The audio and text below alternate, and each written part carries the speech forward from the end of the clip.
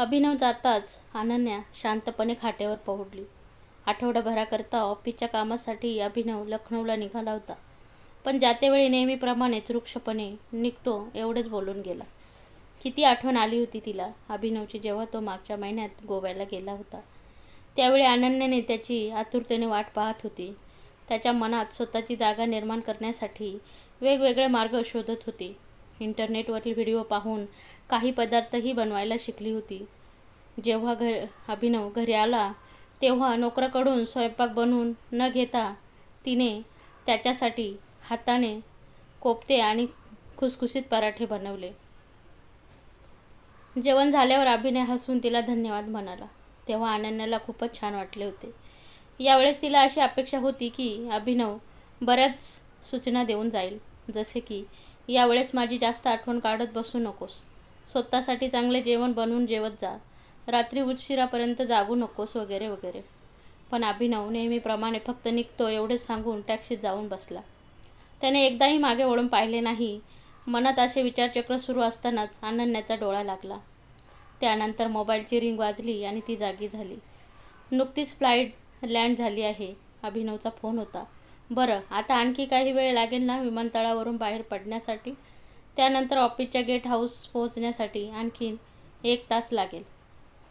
तुम्ही ऑफिसमध्ये सांगून गाडीची व्यवस्था करून घेतली आहे ना? रात्री टॅक्सीने जाणे धोकादायक असते. स्वतःची काळजी घ्या. अनन्याला नेहमीप्रमाणेच अभिनवची काळजी वाटत होती. तिच्यापासून दूर गेलेल्या अभिनवशी बोलण्यासाठी ती काही ना काही बहाणा शोधत असे. बरं ठीक आहे, असे मोगम बोलत अभिनवने फोन कट केला. अनन्याला रडू आले. ती विचार करू लागली की अभिनव नक्कीच आणखी थोडा वेळ बोलू शकत होता. लग्नाला फक्त 6 महिने झाले आहेत. एवढ्यातच अभिनव मला कंटाळला आहे असे वाटते. दिव्याचे लग्नही आमच्या लग्नाच्या वेळेसच झाले होते. ते दोघे अजूनही प्रत्येक दिवस हनीमून सारखाच मजेत घालवत आहेत. त्या दिवशी ती बाजारात नवऱ्याच्या हातात हात घालून मिरवत होती. आणि एक मी आहे जिला अभिनवला खुश ठेवण्यासाठी दिवसरात्र प्रयत्न करावे लागत आहेत. अंधार होऊ लागताच अनन्याला जणू निराशेच्या काळोखाने घेरले. या उदास करणाऱ्या विचारचक्रातून बाहेर पडण्यासाठी तिने व्हॉट्सअपवर जाऊन जुन्या मित्रमैत्रिणींची चॅट उघडली. अरे वा, उद्या सर्वांनी इंडिया गेटवर भेटायचे ठरवले आहे. कितीतरी दिवसांनी सर्व भेटणार आहोत.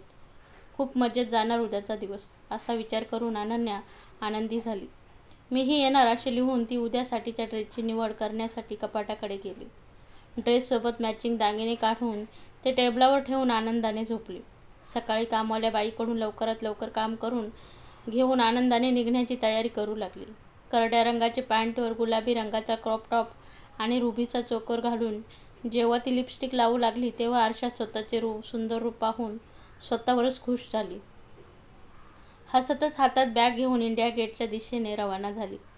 तेथे पोहोचली तर संजना, मनीष, निवेदिता, सारांश आणि कार्तिक तिच्या आधीच आले होते. हाय ब्युटिफुल, मनीष नेहमीप्रमाणे तिला पाहून म्हणाला. कोण म्हणेल की तुझे लग्न झाले आहे? सारांश तिला वरपासून खालपर्यंत न्याहाळत म्हणाला. तितक्यात कोणीतरी मागून येऊन अनन्याचे डोळे बंद केले. साक्षी, ओळखले मी तुला. साक्षीच्या हातांना आपल्या हातांनी बाजूला सारत आनंदाने अनन्या म्हणाली. साक्षी डोळे विस्फारून अनन्याकडे पाहतच राहिली. अरे, माझे तर लग्नाच्या 2 महिन्यानंतरच वजन वाढले, पण तू मात्र अजूनही जशीच्या तशीच आहेस. संजनाही लगेचच अनन्याचे कौतुक करत म्हणाली. महाविद्यालयातही सर्वांच्या नजरा हिच्या सौंदर्यावर खिळून राहायच्या. संपूर्ण हॉस्टेलमध्ये उत्तराखंडमधून आलेल्या या मुलीचीच चर्चा होती.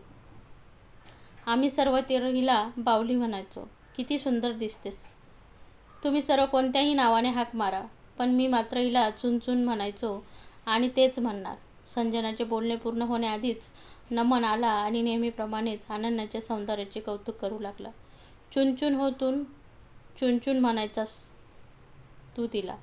पण हेच नाव का ठेवलंस तू या बावलीचे? संजनाने उत्सुकतेने विचारले. अगं, ते सुंदरसे गाणे आहे ना, चुनचुन करती आई चिडिया. आणि ही देखील होती ना छोटीशी चुनचुन कर चिडिया. अनन्याचा गाल ओढत नमन म्हणाला. हो हो, प्रत्येक गोष्टीसाठी गाणे गाण्याची तुझी सवय माझ्या अजूनही लक्षात आहे. पण हे आजच समजले की चुनचुन हे नावही तू गाण्यातूनच चोरले होतेस. हसतच अनन्या नमनकडे पाहत म्हणाली. तितक्यात तिला स्वातीची आठवण झाली, जी अनन्याच्या या नावाला जळून तिला खूप चिडवत असे. स्वाती अजून आली नाही काल ग्रुपवर तर लिहिले होते की नक्की येईन, अनन्या म्हणाली. अगं तिकडे बघ, ती आली. सोबत बहुतेक तिचा नवरा आहे. दुरूनच स्वातीला येताना पाहून मनीष म्हणाला. स्वातीने आल्यानंतर सर्वांची विचारपूस केली. ती नवऱ्याची ओळख करून देणारच होती, मात्र त्याआधी तिचा नवरा स्वतःहून म्हणाला, हिच्याशिवाय माझे मनच लागत नाही, म्हणून तिचा पदर धरून तिच्या मागोमाग आलो. एकमेकांसोबत मौज मजा करण्यात मग्न झालेले सर्व मित्रमैत्रिणी अजूनही महाविद्यालयीन विद्यार्थ्याप्रमाणेच भासत होते. खाण्यापिण्यात आनंदाने गप्पा गोष्टी करण्यात संपूर्ण दिवस निघून गेला. संध्याकाळ होऊ लागली तसे पुन्हा भेटायचे ठरवून सर्वजण आपापल्या घरी निघाले. अनन्या घरी पोहोचेपर्यंत रात्र झाली होती. चहा बनवून चहासोबत 2 बिस्किटे खाऊन तिने व्हॉट्सअप सुरू केला. ग्रुपवर सर्व आपापल्या मोबाईलमधून काढलेले फोटो शेअर करीत होते. नमनने ग्रुपवर फोटो टाकण्यासोबतच अनन्याच्या नंबरवर तिचा एक फोटो पाठवून त्याखाली एक गाण्याची ओळ लिहिली. लडकी ब्युटिफुल कर गई चूल. हे वाचून अनन्याच्या चेहऱ्यावर हसू उमटले. हिंदी चित्रपट आणि गाण्यांची आवड असलेल्या नमनला प्रत्येक गोष्टीसाठी चित्रपटातील संवाद आणि गीतांच्या ओळींचा वापर करण्याची सवय होती, हे अनन्याला चांगलेच माहीत होते. नमन नेहमीच तिचे कौतुक करायचा, पण आज त्याने असे खोडसाळपणे वागून अनन्याच्या सुंदरतेचे केलेले कौतुक तिला खूपच आवडले होते. अभिनवने कधीच मोकळेपणाने तिच्या सौंदर्याची प्रशंसा केली नव्हती. तिने नमनचे आभार मानले तेव्हा त्याचे उत्तर आले, मॅडम, मैत्रीत माफी आणि धन्यवादासाठी जागा नसते. मैंने प्यार किया चित्रपटात सलमानने असे सांगितले आहे. असे लिहिण्यासोबतच नमनने चुंबन घेत असल्याचा इमोजीही पाठवला. हो हो, मैत्री आहे ते मान्य, पण हा चुंबन घेतानाचा इमोजी कोणासाठी पाठवला आहेस? तुझ्यासाठी मैत्रिणी. जर मैत्रीण तुझ्या इतकी सुंदर असेल तर तिच्यावर जीव जडतोच. प्रेमाच्या या गप्पा येथे संपवण्याच्या हेतूने अनन्याने विषयांतर करीत लिहिले, आणखी फोटो पाठव. तू आपल्या ग्रुपमधील सर्वात चांगला फोटोग्राफर आहेस. आज तू बरेच फोटो काढलेस. तिच्यावर ताबा मिळवायचीच स्वतःमध्ये होत असलेल्या या बदलांमुळे तिला काळजी वाटू लागली होती. फक्त जेव्हा कधी नमनसोबत चॅटिंग करायची तेवढ्यापुरतेच तिला थोडे प्रसन्न वाटायचे. हैदराबादला येऊन 3 महिने झाले होते. त्या दिवशी दोघांना शेजारच्या मुलाच्या वाढदिवसाला जायचे होते. अनन्याने कपाटातून ड्रेस काढला, पण तो तिला खूपच घट्ट होऊ लागला. तिला वाटले की धुतल्यामुळे ड्रेसचा कपडा आकसला असेल. त्यामुळे 3-4 आणखी ड्रेस काढून ते घालण्याचा प्रयत्न केला, पण कोणता ड्रेस तिला होत नव्हता. येथे आल्यापासून घरातले काम वाढल्यामुळे ती सैल कुर्ता आणि गाऊनच घालत असे. त्यामुळे आपले वजन वाढत आहे हे तिच्या लक्षात आले नाही. त्यानंतर अनन्याने सकाळचा फेरफटका मारणे, व्यायाम करणे सुरू केले. तरीही वजन नियंत्रणात येत नव्हते. शिवाय प्रचंड थकवा जाणू लागला होता. चेहराही निस्तेज झाला होता. जेव्हा तिला पाय सुजल्यासारखे वाटू लागले तेव्हा ती अभिनवसोबत डॉक्टरांकडे गेली. डॉक्टरांनी तिला रक्ताची चाचणी करण्यास सांगितले. चाचणीचा अहवाल आल्यानंतर समजले की अनन्याला हायपोथायरॉइडिझम आहे. आपल्या गळ्यात असलेली थायरॉइड नावाची ग्रंथी जेव्हा जास्त सक्रियपणे काम करू शकत नाही तेव्हा हा आजार होतो. यामुळे शरीराला आवश्यक हार्मोन्स मिळू शकत नाहीत. डॉक्टरांनी तिला दररोजसाठीची औषधे लिहून दिली आणि काही दिवसानंतर पुन्हा रक्ताची चाचणी करण्यास सांगितले, जेणेकरून औषधांची योग्य मात्रा ठरवता येईल. सोबतही हेही सांगितले की एकदा या ग्रंथी निष्क्रिय झाल्यानंतर पुन्हा सक्रिय होणे जवळपास अशक्यच असते. पण सध्या तरी घाबरण्याचे कारण नाही. काही दिवसानंतर अभिनवला एका कॉन्फरन्ससाठी दिल्लीला जायचे होते. अनन्याही त्याच्यासोबत जाण्यासाठी ती इच्छा व्यक्त केली. आपल्या मित्रमैत्रिणी, विशेष करून नमनला भेटण्याची ही चांगली संधी होती. नमन नेहमी तशी तक्रार करीत असे की तो प्रशिक्षणावरून परत येण्याआधीच ती हैदराबादला निघून गेली. त्यामुळे त्यांना भेटता आले नाही. दिल्लीत आल्यावर ते एका हॉटेलमध्ये थांबले. तिथे पोचल्यानंतर दुसऱ्या दिवशीच तिने आपल्या मित्रमैत्रिणींना जेवणासाठी बोलवायचे ठरविले. ज्या हॉटेलमध्ये ती थांबली होती त्या हॉटेलचा पत्ता सर्वांना पाठवून तिने तेथे जेवणाची व्यवस्था केली. आपल्या आवडीचा ड्रेस घालून अनन्या आतुरतेने मित्रमैत्रिणींची वाट पाहू लागली. मनीष सर्वात आधी आला. त्याला पाहून अनन्याला खूपच आनंद झाला, पण तिला पाहून चेहरा पाडून आणि बारीक डोळे करून मनीष म्हणाला, अरे हे काय? तू इतकी लठ्ठ, हे काय झाले? अनन्याचे उत्तर देण्याआधीच नमनही आला.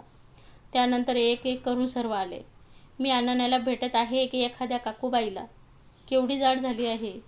आळशासारखी पडून राहून भरपूर खात असतेस का संपूर्ण दिवस? नमनने हसतच विचारले. अनन्या रडवेली झाली. अरे नाही, मी आळशी झालेली नाही. खूप खाते असेही काही नाही. हायपोथायरॉइडिझमचा आजार झाला आहे मला. सांगितले तर होते नमन तुला, काही दिवसांपूर्वीच. माझ्या वहिनीलाही हा आजार आहे, पण तू तर थोडी जास्तच. हसू येणारे आपले गाल फुगवत आणि हातांनी जाड झाल्याचा हावभाव करीत स्वाती म्हणाली आणि मोठ्याने हसली. सर्वांच्या बोलण्यामुळे उदास झालेल्या अनन्याने जेवण मागवले. जेवतानाही मित्रमैत्रीण तिला जाडे आणखी किती खाशील असे चिडवत होते. नमनही त्यांना साथ देत बस खूप खाल्लेस असे म्हणून सतत तिची प्लेट बाजूला ठेवत होता. जेवण झाल्यानंतर अनन्या सर्वांना बाहेरपर्यंत सोडायला आली. ओके बाय चुनचुन, नाही टुनटुन असे नमनने म्हणताच सर्व मोठ्याने हसले. अनन्याला खूपच वाईट वाटले. उदास होऊन ते हॉटेलच्या आपल्या खोलीत येऊन बसली. घरी गेल्यानंतर नमनने तिला कुठलाच मेसेज केला नाही, शिवाय तिच्या एकाही मेसेजला उत्तरही दिले नाही. दुसऱ्या दिवशी दुपारी जेव्हा अनन्याने त्याला फोन केला तेव्हा सध्या कामात खूपच व्यस्त आहे, वेळ मिळाला की स्वतः फोन करेन असं सांगून त्याने फोन कट केला. अनन्या रोज वाट पाहत होती, पण नमनचा फोन किंवा मेसेज आलाच नाही. हैदराबादला परत जाण्याचा दिवसही जवळ येत चालला होता. अनन्याने परत जाण्याचा एक दिवस आधी नमनला रागावून मेसेज केला. त्यावर नमनचे उत्तर आले. एवढी का रागावली आहेस? तुझा राग पाहून मला जवानी दिवानी चित्रपटातील एक गाणे आठवले. खल गई तुझे खल गई मेरी बेपरवाई खल गई. तू कोणत्या दगडाची बनली आहेस ते तरी सांग. असे विचारत त्याने जीभ बाहेर काढून एक डोळा बंद केलेला इमोजी टाकला. त्याचे हे उत्तर वाचून अनन्याला खूपच राग आला. एकेकाळी नमन माझ्या दिल्लीला येण्याची आतुरतेने वाट पाहत होता आणि आता बोलणे तर दूरच, सतत माझा अपमान करीत आहे. मी तर तीच आहे ना जी पूर्वी होते. बाह्य सौंदर्य नमनसाठी जास्त महत्त्वाचे आहे का? त्याच्यासाठी अनन्या म्हणजे फक्त गोऱ्या रंगाची 5 फूट 1 इंचाची सडपातळ मुलगी होती का? आता ते रूप उरले नाही म्हणून अनन्या ही अनन्या राहिली नाही. रात्री झोपण्यासाठी ती खाटेवर गेली आणि अभिनवच्या जवळ जात त्याच्या छातीवर आपला चेहरा लपवत गुपचूप पडून राहिली. काय झाले? तब्येत तर बरी आहे ना तुझी? उद्या परत जाणार आहोत म्हणून कदाचित उदास आहेस. तिच्या पाठीवर हात ठेवत अभिनव म्हणाला. काही वेळ तशीच पडून राहिल्यानंतर अभिनवकडे पाहत अनन्या म्हणाली. अभिनव, एक विचारू? मी इतकी लठ्ठ झाले आहे हे तुला खटकत नाही का? चेहराही सुजलेला, बदलल्यासारखा वाटत आहे. तू तर एका सडपातळ सुंदर गोऱ्या मुलीशी लग्न केले होतेस, पण तीच मुलगी आता कशी तरी झाली आहे. हा हा हा. अभिनव मोठ्याने हसला. नंतर स्मित हास्य करून अनन्याकडे पाहत म्हणाला. हे काय अनन्या, हा कसला प्रश्न आहे? हे खरे आहे की तुला एक आजार झाला आहे आणि त्यात वजनावर नियंत्रण ठेवणे कठीण असते. पण तूच सांग की, आपण जसे लग्नावेळी दिसायचो तसे शेवटपर्यंत दिसू शकतो का? माझे केस गळू लागले आहेत, मला टक्कल पडले किंवा म्हातारपणी माझे दात पडले तर मीही खराब दिसू लागेन ना? तुझे अजूनही माझ्यावर प्रेम आहे ना? अनन्याच्या चेहऱ्यावरील निराशा स्पष्टपणे दिसत होती. अभिनव पुन्हा एकदा मोठ्याने हसला. अनन्या ऐक, तू इतकी समजूतदार आहेस की माझे मन कधी तुझ्याशी प्रेमाने जोडले गेले हे मलाही समजले नाही. तू माझी काळजी तर घेतेतच, शिवाय प्रत्येक गोष्ट मला सांगतेस. विनाकारण कधीच भांडत नाहीस. मी ऑफिसच्या कामात इतका व्यस्त असतो तरीही मला समजून घेतेस. पण याआधी तर तू असे कधीच सांगितले नव्हतेस. अभिनवचे आपल्यावरील प्रेम पाहून भावनाविवश होत अनन्याने विचारले. मी असाच आहे. मला बोलायला कमी आणि ऐकायला जास्त आवडते. अनन्या, विश्वास ठेव, मला अगदी तुझ्यासारखी जोडीदार हवी होती. अनन्या मंत्रमुग्ध होऊन ऐकत होती. एक गोष्ट आणखी सांगेन. शरीराची काळजी घेणे आपल्या सर्वांसाठी गरजेचे आहे, पण तनाच्या सुंदरतेने कधीच मनाच्या सुंदरतेचा ताबा घेता कामा नये. तू माझ्या मनात डोकावून तुझा चेहरा पाहशील तेव्हा तुला तो सुंदर चेहरा दिसेल जो काल होता, आज आहे आणि उद्याही तसाच असेल.